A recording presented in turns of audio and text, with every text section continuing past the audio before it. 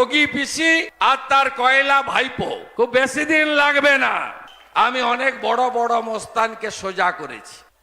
আপনারা জানেন এই রাজ্যে টিভি খুললে সবচেয়ে বড় চর্চিত বিষয় হলো চুরি চুরি চুরি।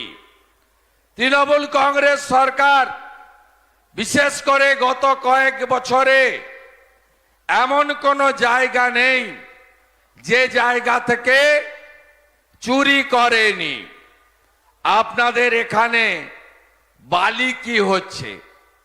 খোকন মল্লিকের নেতৃত্বে বালি মাফিয়ারা এখানে কিভাবে নদীর গতিপথ বদলে দিয়ে সরকারের রাজস্বকে লুট করে কিভাবে চুরি করছে আপনারা সবাই চোখের সামনে দেখছেন।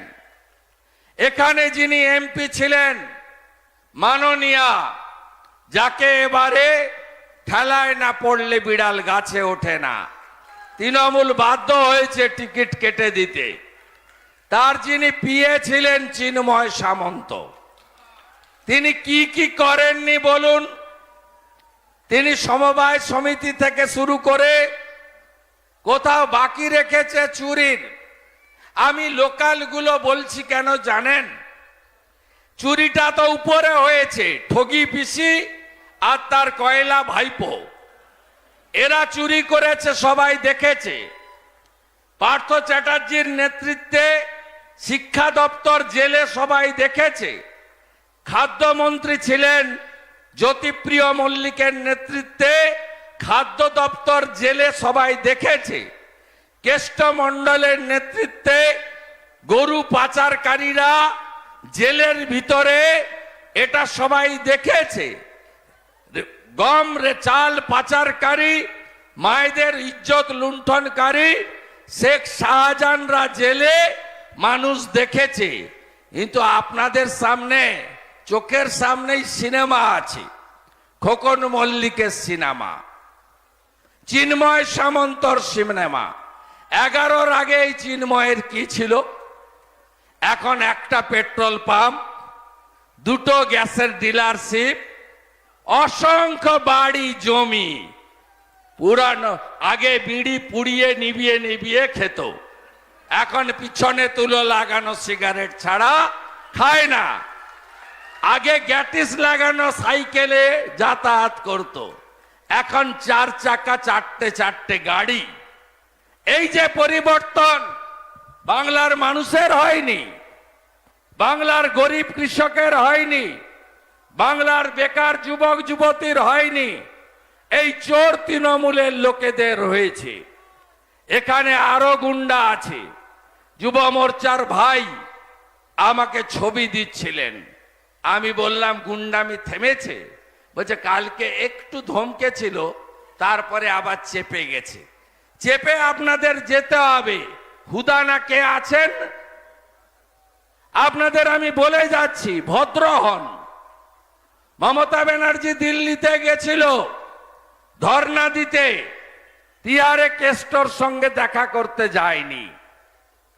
মমতা ব্যানার্জি যখন ভোট আসে বলে 294টাতে প্রার্থী, আর যখন চুরি ধরা করে তখন বলে পার্থ এত চুরি করেছে আমি তো জানতাম না। এইটা হলো মমতা ব্যানার্জির ক্যারেক্টার। মাননীয় হুদা বাবু না কে আছেন, আপনাদের বলবো এসব করেন না, মিলেমিশে থাকুন। বিজেপি সরকার আসছে, খুব বেশি দিন লাগবে না। আমরা রোয়াব দেখেছিলাম উত্তরপ্রদেশে, মায়াবতী আর মুলায়ম সিং যাদবের রাজত্ব আমরা দেখেছি। আমরা বিহারে শুনতাম সমোসা মে আলু আর বিহার মে লালু, কেউ নেই, ভোকাট্টা হয়ে গেছে। ওখানে যোগী বাবা আর উত্তরপ্রদেশে বিহারে এনডিএ সরকার, দুজন উপমুখ্যমন্ত্রী বিজেপির, সম্রাট চৌধুরী, বিজয় সিনহা। আমরা আসামেও দেখেছি লেকচার আপনাদের। আমরা সিপিএম এর অত্যাচার ত্রিপুরাতেও দেখেছি। পশ্চিমবঙ্গেও সিপিআইএম এর অত্যাচার দেখেছি, দেখেছি নন্দীগ্রাম, দেখেছি সিঙ্গুর, দেখেছি নেতাই গ্রাম, দেখেছি সুচপুর, দেখেছি মরিচঝাপি। আজকে বিধানসভায় নিশ্চিহ্ন হয়ে গেছে, এরা নেই। তাই আপনাদের এখানে যারা এসব করছেন তাদেরকে সে নবী বাবু হন আর সাকিম বাবু হন, যেই হন, আপনারা একটু ভদ্র হয়ে চলুন। আমি অনেক বড় বড় মস্তানকে সোজা করেছি। লক্ষণ শেঠের নাম শুনেছেন তো? বড় মস্তান, দাঁড়িয়ে দাঁড়িয়ে খুন করত, 41 জনকে মেরেছে নন্দীগ্রামে। ছোট মুখ্যমন্ত্রী বলা হতো, আমি হজম করে দিয়েছি 1,73,000 ভোটে। আপনাদের বলে দিয়ে, আপনাদের যিনি মালিক তার নাম মমতা ব্যানার্জি, তাই তো?